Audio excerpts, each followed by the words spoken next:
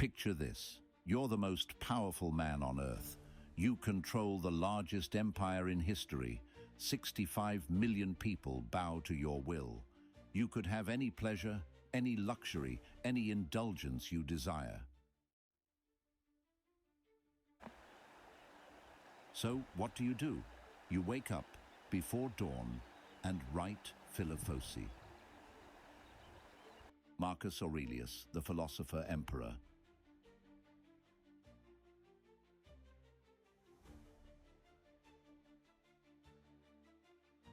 Rome, 161 AD. Marcus Aurelius becomes emperor of the known world. He inherits an empire stretching from Britain to the Middle East, absolute power, unlimited wealth, the ability to do whatever he wants. But Marcus had been trained differently. Raised on Stoic philosophy, he believed that true strength came from within, not from external power. While other emperors threw lavish parties and built monuments to themselves, Marcus carried a simple leather journal. In it, he wrote reminders to himself, not for fame or publication, but for his own discipline. One of his first entries as emperor read, "Very little is needed to make a happy life. It is all within yourself, in your way of thinking." But Marcus wasn't writing philosophy in a palace garden. He was writing it in hell. The Antonine Plague swept through the empire, killing 10% of the population. Germanic tribes invaded the northern borders. Political enemies plotted against him.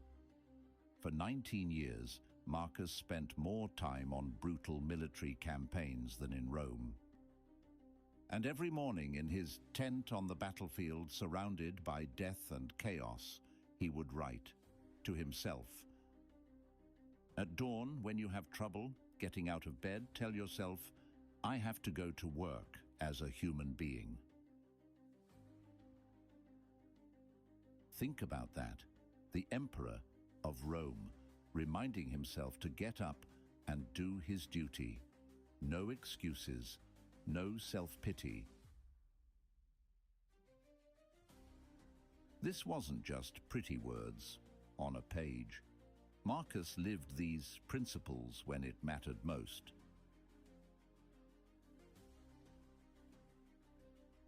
When the wealthy tried to buy their way out of military service, Marcus forced them to serve. When his own adopted brother, Lucius Verus, lived a life of luxury, while Marcus fought wars, he never complained publicly.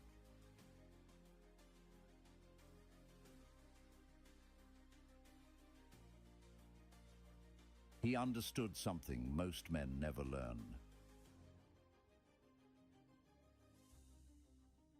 You have power over your mind, not outside events. Realize this, and you will find strength. Marcus couldn't control the plague. He couldn't control the barbarian invasions.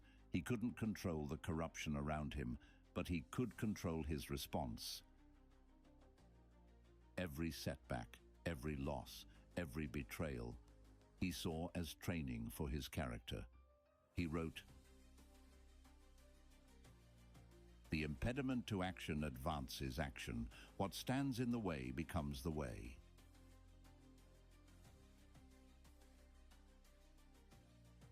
But Marcus faced his greatest test as a father, not an emperor. His son, Commodus, yes, the villain from Gladiator, showed early signs of the cruelty and instability that would later destroy the empire.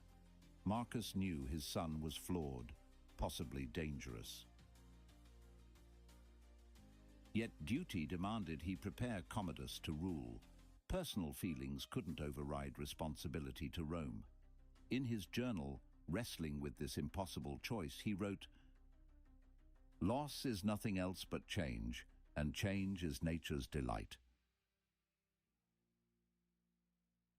Even facing the potential destruction of everything he'd built, Marcus chose duty over personal preference.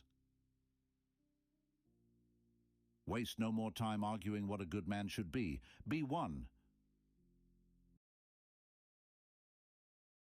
The most powerful man in history chose philosophy over pleasure, discipline over indulgence, and duty over personal desire.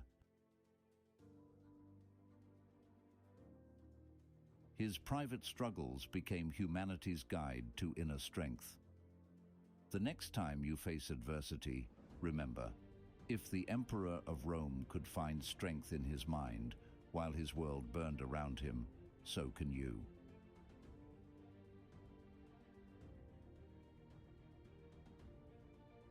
What would Marcus Aurelius write about your struggles? Let me know in the comments below, and don't forget to subscribe for more wisdom from history's greatest leaders.